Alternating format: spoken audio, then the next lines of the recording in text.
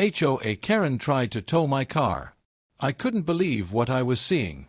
One day I walked outside and noticed a tow truck pulling up in front of my driveway, ready to take my car away. My jaw dropped, and I thought to myself, what in the world is going on here? That's when I saw her. The HOA Karen, standing across the street, arms crossed, smirking like she just won some kind of battle. Rewritten Story, Section 1. In that moment, my blood boiled. This wasn't just about a car. This was about control. This was about power. And honestly, it felt like it was about her trying to ruin my life just because she could. I mean, think about it. What kind of person wakes up in the morning and decides, today, I'm going to make my neighbor miserable? Only a true HOA Karen. I walked closer, trying to keep my cool, but inside, my heart was pounding. I looked at the tow truck driver, and I said, "Excuse me, what are you doing?" "That's my car." He didn't even look guilty. He just shrugged and said, "Ma'am, I got a call from your HOA. They said this car isn't allowed to be parked here." Not allowed? Are you kidding me? My car was in my own driveway. My property. My space. And yet, this woman thought she had the power to control me, to humiliate me, and to show the whole neighborhood that she was the queen of the block. I turned to Karen, and she gave me that look, the kind of look that said, "What are you going to do about it?" Oh, I'll tell you what I was going to do. But first, I had to save my car. I told the tow driver, "If you even touch that car, you'll regret it." My voice cracked a little, but I stood tall. I wasn't about to let Karen see me break. The driver hesitated, looked at her, then looked back at me. Finally, he muttered, "Fine. But you need to take this up with your HOA." As the truck pulled away, Karen smirked again. "This isn't over," she said, her voice dripping with fake sweetness. And right then, I knew, she was declaring war. Now, here's the thing about me, I don't like to fight. I don't like drama. But when someone tries to destroy my peace, I fight back harder than they can ever imagine. And in that moment, I made a decision that would change everything. I wasn't just going to fight Karen. I was going to outsmart her. The next day, I started digging. I read every single HOA rule, every single line, every single fine print. And guess what? Nowhere, absolutely nowhere, did it say I couldn't park my car in my own driveway. She had made it up. She thought if she said it with confidence, people would just follow. But she made one huge mistake. She picked the wrong neighbor to mess with. I decided I was going to turn this whole situation upside down. If she wanted to play dirty, I was going to play smart. So, I started asking myself questions. Who does the HOA call when they want to tow a car? Who makes money every single time a car gets taken away? And that's when it hit me, the towing company. That was the weapon she used against me. And if I controlled the weapon, she couldn't use it anymore. I went online, I made phone calls, I asked around. I learned everything I could about how towing companies worked, how much money they made, and who owned them. And the more I learned, the more my plan came together. It wasn't going to be easy. It wasn't going to be cheap. But it was going to be worth it. Because I wasn't just going to stop her from towing my car. I was going to buy the very companies she was using to try to control me. But let me rewind a bit. Before I could pull off this crazy plan, I had to deal with the daily hell she was putting me through. She started sending letters to my mailbox almost every day. Violation notice. Your trash can was left out too long. Violation notice. Your grass is half an inch too high. Violation notice. Your welcome mat is the wrong color. I'm not kidding. She actually wrote me up for having the wrong color welcome mat. Can you believe that? At first, it drove me insane. I'd come home from work, already tired, and there would be another letter taped to my door, another notice in my mailbox, another reminder that she wasn't going to stop. She wanted me to break. She wanted me to sell my house and run away. But instead of breaking, she made me stronger. Every single petty letter became fuel. Every single fake violation became motivation. And every single smirk on her face pushed me closer to my plan. Finally, I got the chance I was waiting for. I found out that the towing company the HOA used was actually struggling financially. They had lost a big contract with another neighborhood, and their business was hanging by a thread. That's when I knew it was time to strike. I called up the owner and asked if he was willing to sell. At first, he laughed. He said, "Why would you want to buy a towing company?" And I told him the truth. I didn't. I didn't care about the trucks, the equipment, or the business. What I cared about was power. I cared about freedom. And I cared about never letting someone like Karen have control over me again. After weeks of negotiating, saving, and pulling every string I could, the deal was done. The company was mine. Can you imagine the look on her face when the next time she tried to tow my car, the driver told her, "Sorry ma'am, we can't touch this vehicle. The owner of the company says it stays." Oh, the silence. The shock. The anger boiling under her skin. For the first time, she didn't have control. For the first time, she wasn't the one holding the power. I was. But here's where the story gets even better. Because I didn't just stop with protecting myself. I made sure nobody else in the neighborhood would ever have to deal with her nonsense again. I set new rules for the company. We weren't going to tow cars unless it was an emergency. We weren't going to partner with HOAs that abused their power. We weren't going to let petty people like Karen use us as weapons.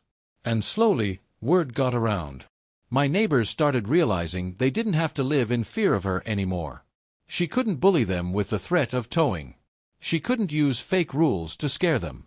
Her empire started crumbling. And me? I felt free. For the first time in months, I could breathe. But let me tell you something important. This wasn't just about cars or towing companies. This was about standing up for yourself. This was about not letting toxic people control your life. This was about finding a way to turn the tables when someone thinks they've got you cornered. Because here's the truth. People like Karen only win when you give up. They only win when you stop fighting. And the moment you decide you're not backing down, that's the moment everything changes. So, if you're listening to this and you've got your own Karen in your life, remember this. Sometimes the best revenge isn't yelling, or fighting, or sinking to their level. Sometimes, the best revenge is taking away the very thing they use against you. And that's exactly what I did. When Karen found out I had bought the towing company, she went silent for a while. And honestly, that silence scared me more than her smirks ever did. Because when a person like her stops talking, you know they're planning something. For a week, things were peaceful. No letters, no fake violations, no drama. I almost thought she had given up. But deep down, I knew her. Karen wasn't the type to surrender. She was the type to reload. And sure enough, one evening, I came home to find not one, not two, but 5 violation notices taped to my door. 5. She had gone all out. The letters accused me of things so ridiculous, I had to laugh. Your porch light is too bright. Your dog barked at 3:02 p.m. Your car window reflected sunlight into my house. I mean, what? At that point, I realized she wasn't trying to enforce rules anymore. She was trying to break me down, mentally and emotionally. She wanted me stressed. She wanted me humiliated. And she wanted the entire neighborhood to see me as the villain. But here's the thing, by then, I wasn't afraid of her anymore. I wasn't the same neighbor she used to intimidate. I had leveled up. I had taken her weapon. And now, I was ready for the next battle. So I did something she never expected. Instead of tearing down her letters, instead of arguing with her, I made copies of them. Every single violation notice, I scanned and kept in a neat folder. Then, I started talking to my neighbors. At first, some of them hesitated. They whispered things like, "Don't make her mad. She'll come after you too." But when I showed them the ridiculous letters she had given me, they laughed. They shook their heads. And one by one, they started opening up about the letters they had gotten too. Suddenly, I wasn't fighting alone. Suddenly, I wasn't the only target. Karen had been terrorizing the entire neighborhood for years, and nobody had dared to stand up. Until now. I organized a small meeting in my backyard. Just a few neighbors, some lemonade, and a stack of Karen's letters. And let me tell you, the stories that came out that night were insane. One neighbor said she fined them for having a basketball hoop in their driveway. Another said she threatened to report them for illegal gardening, because their flowers didn't match the HOA's approved colors.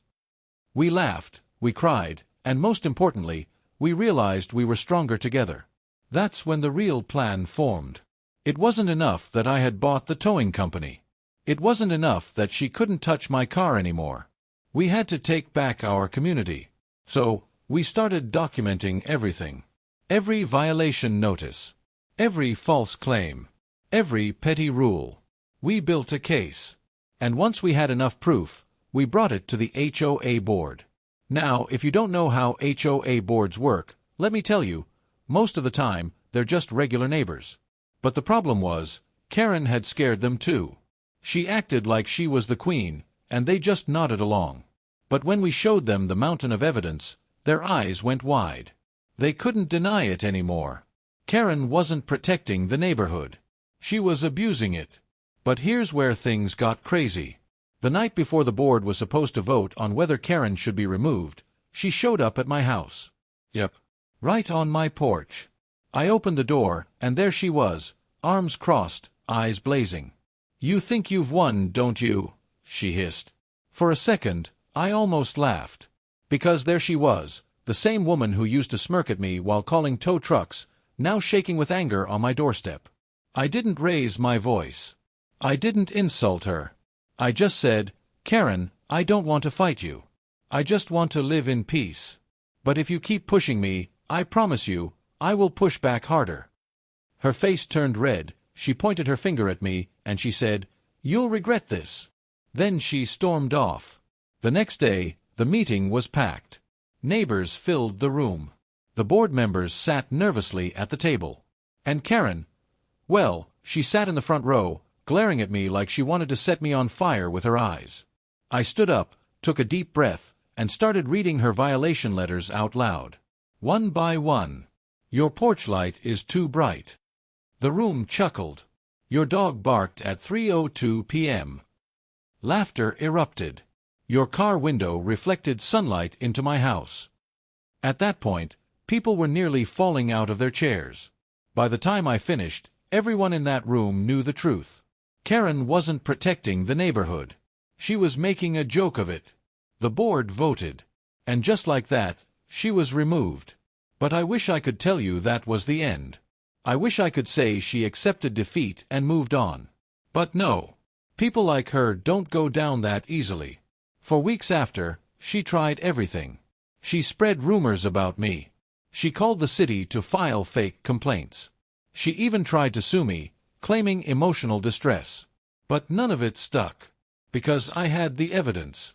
I had the truth. And most importantly, I had the support of the entire neighborhood. In the end, Karen was forced to move. She packed up her things, her smirk disappeared, and she left the community she once controlled. And you know what? The day she drove away, the whole neighborhood came outside. People clapped. Some even cheered. It felt like we were finally free. But let me be real with you, it wasn't just about Karen. This story isn't just about one neighbor gone wild. It's about something bigger. It's about what happens when people stay silent. It's about how bullies grow stronger when nobody stands up to them. And it's about how one person's courage can spark a movement. I never thought I'd be the one to fight back. I never thought I'd buy a towing company, gather evidence, and rally a neighborhood. But sometimes, life throws you into battles you never asked for. And in those moments, you have two choices. Either you let the bully win, or you rise up and take back your power. And let me tell you, the second choice feels amazing. So, here's my message to you. If you're dealing with your own, Karen, don't give up. Don't let them control your life. Don't let them make you feel small. You are stronger than you think. And sometimes, the best way to win isn't to fight louder, it's to fight smarter. Because when you take away their power, when you show them you won't be pushed around, that's when you truly win. If this story fired you up, share it with someone who needs to hear it. And let me know, have you ever had a Karen in your life? Drop your story, because together, we can turn these battles into victories.